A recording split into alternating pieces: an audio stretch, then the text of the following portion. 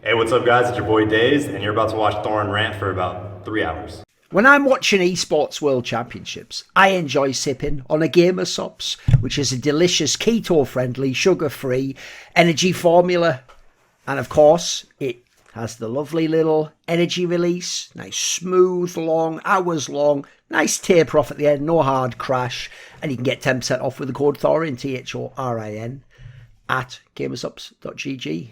Now, Champions, which is the Valorant World Championship, has begun today.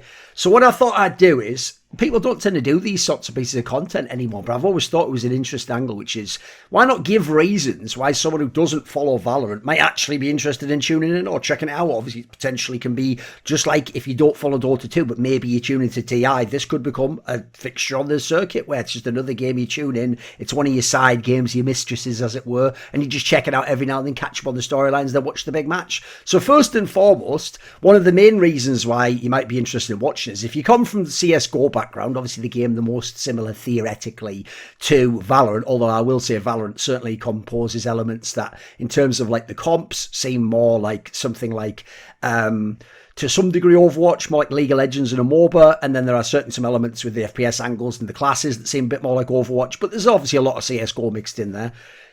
Obviously, there are players you will recognise if you followed professional CSGO. So, for example, Optic has FNS, who used to be the leader, obviously most famously, of CLG. They have Ye, who was on the Complexity team that made top 8. I think it was the Face It London Major, if you remember. They have Chet, who used to be called I'm a Pet, who was the coach of teams like CLG, Evil Geniuses, when they were one of the best teams in the world.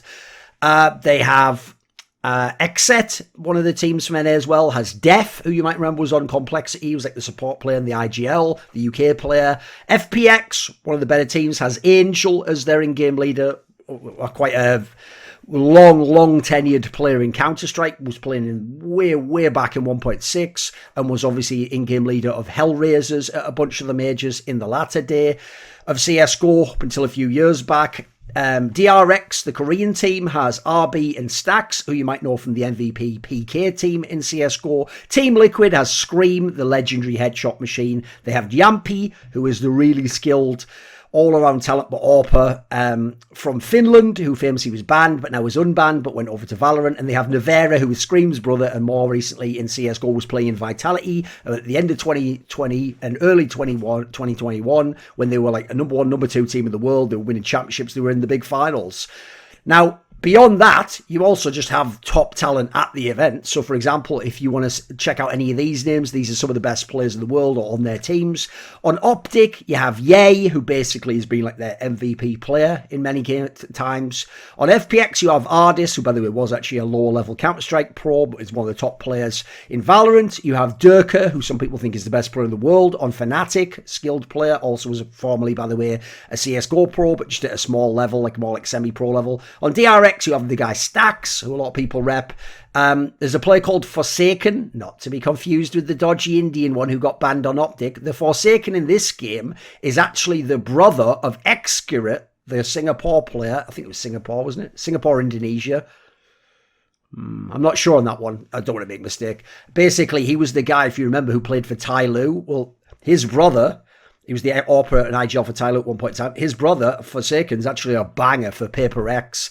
And then Yampi, as mentioned previously, was super skilled CSGO player, and in Team Liquid, still a relevant player, someone you'd want to watch. In terms of teams, there's a whole bunch of teams that have interesting angles as to why you'd want to watch them. You have Optic, NA team, but actually probably the best team of the year on average for their results. They even won a VCT this year. You have FPX, who won the last VCT, kind of a dark horse to win it all, quite frankly, because they couldn't go to the first VCT because the whole conflict thing breaking out and they had to be replaced. Then they almost had a scenario this last one where they had to stand in, and then back came Sugetsu, and he was doing fucking super well, and they basically were able to win it from the lower bracket. You have Fnatic, who's been up and down over the year, have had some roster moves himself, but now they have a pretty dangerous roster and probably a dark horse to come out of nowhere and challenge, win the whole tournament. The Paper Rex team have absolutely set the Valorant world alight because they are so aggressive in how they play, and they have probably the most unique idiosyncratic play style in the game, and it works for them and is really, really dangerous. So I would say they are a very dangerous dark horse / contender to win the event, even though they're coming from the Southeast Asian region, not a top region in FPS history. DRX from Korea shows that because they do play it in the PC banks, not anywhere close to League of Legends or even Overwatch, but they still play it way more than Dota and CSGO by magnitudes. You have some skilled players in Korea, and they look really dominant in their region always, and they have their own style of approach of play.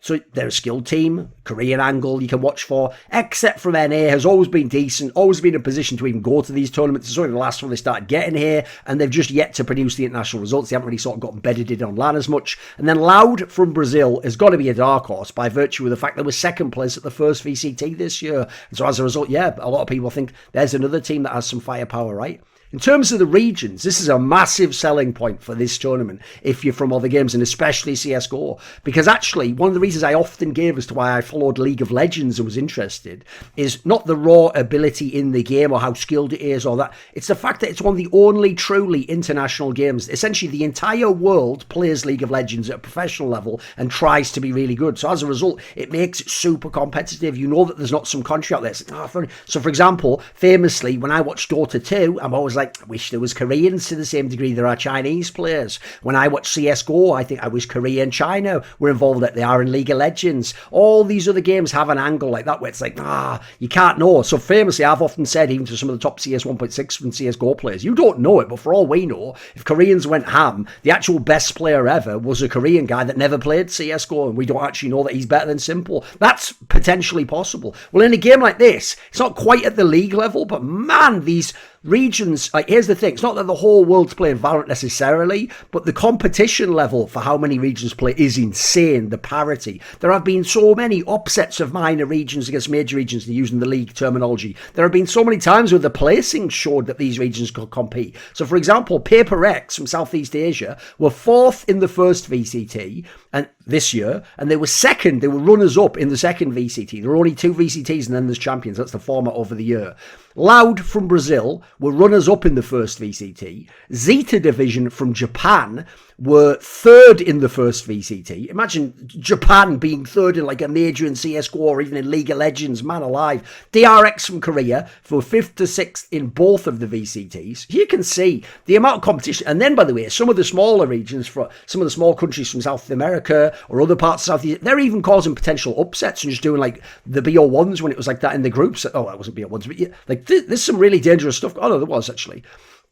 Now, unlike CSGO or Dota 2, this game has all the Asians in, and particularly Koreans. And I've always been so jealous of FPS games that get the Koreans properly playing. Famously, Overwatch was like this. I used to watch Overwatch and think, man, imagine we had the monster support player like Jonak. We had some god tank type player like Gesture to be an entry guy. We had Profit with the mad aim. Sabiel B, again, really sick mechanics. Fletter, fucking god carry. Rio Jaehong was like an all-round talent. Like, imagine we'd had these players in CSGO going hard the whole time. Imagine what an amazing game it would become beyond what it already is. Then you think of some of the ones who are currently in Valorant. Like, you've got Sire Player, who used to be a mechanical monster sniper in Overwatch. You have Stax, RB and Zeta, who, by the way, were basically the best Koreans when we had CSGO going in Korea. Now they play Valorant because that's the bigger game over there. I wish these guys were over in CSGO, and so being as they aren't, you can at least watch them in Valorant. You can see them compete there and show off their talents.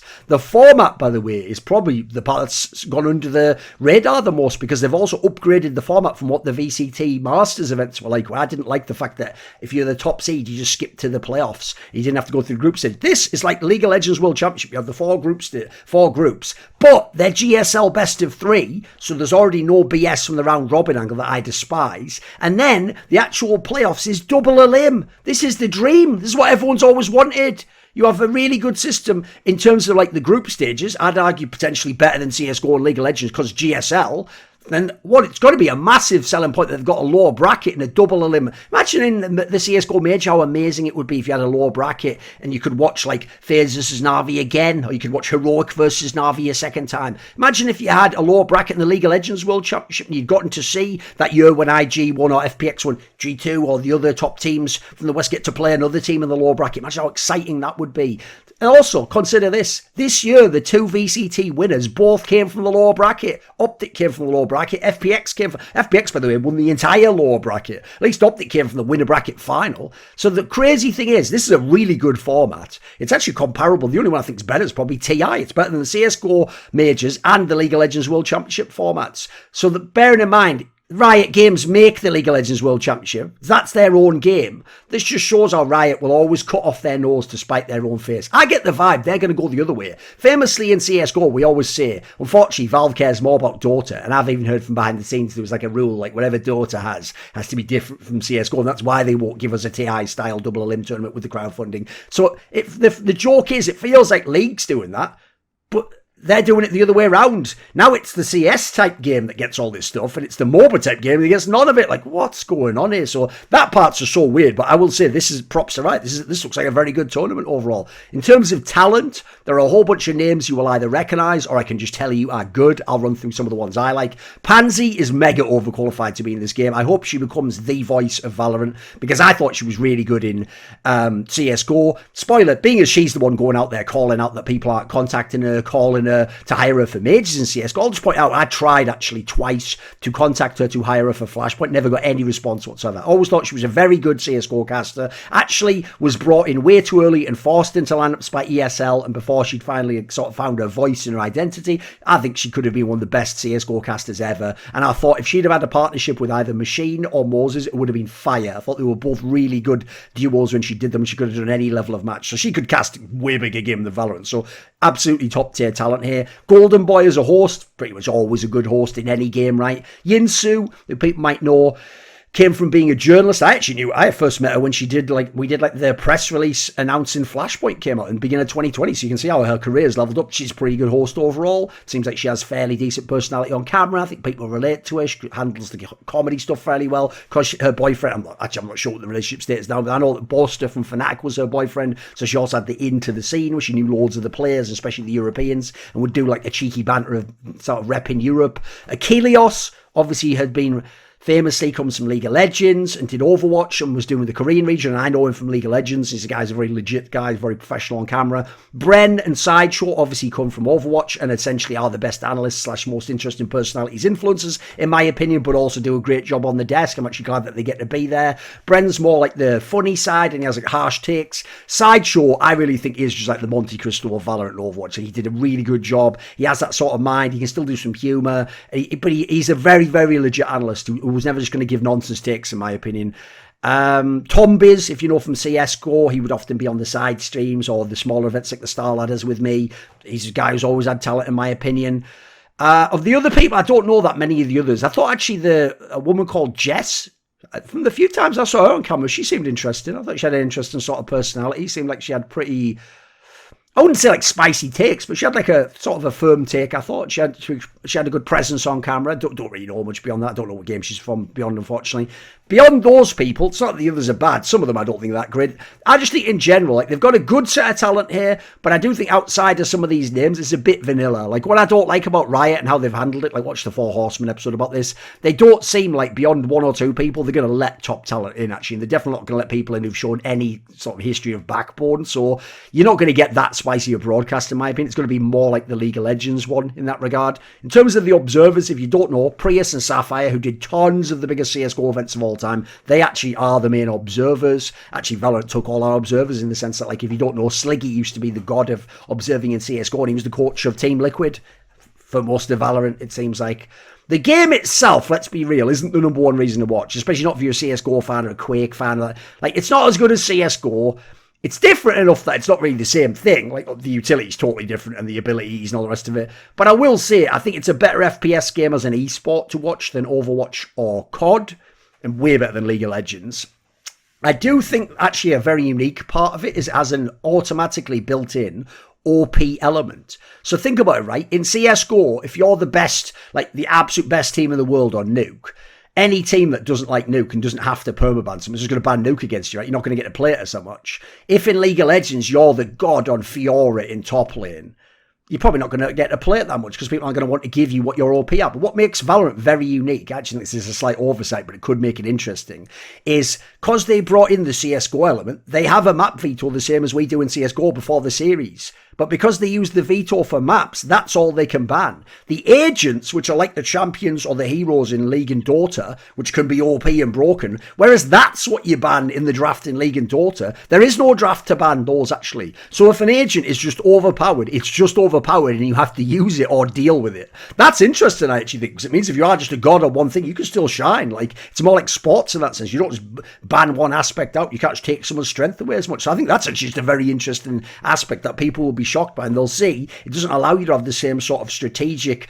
pre-game plan for how to shut someone down. You have to actually do it against them playing on the things they're the strongest at potentially.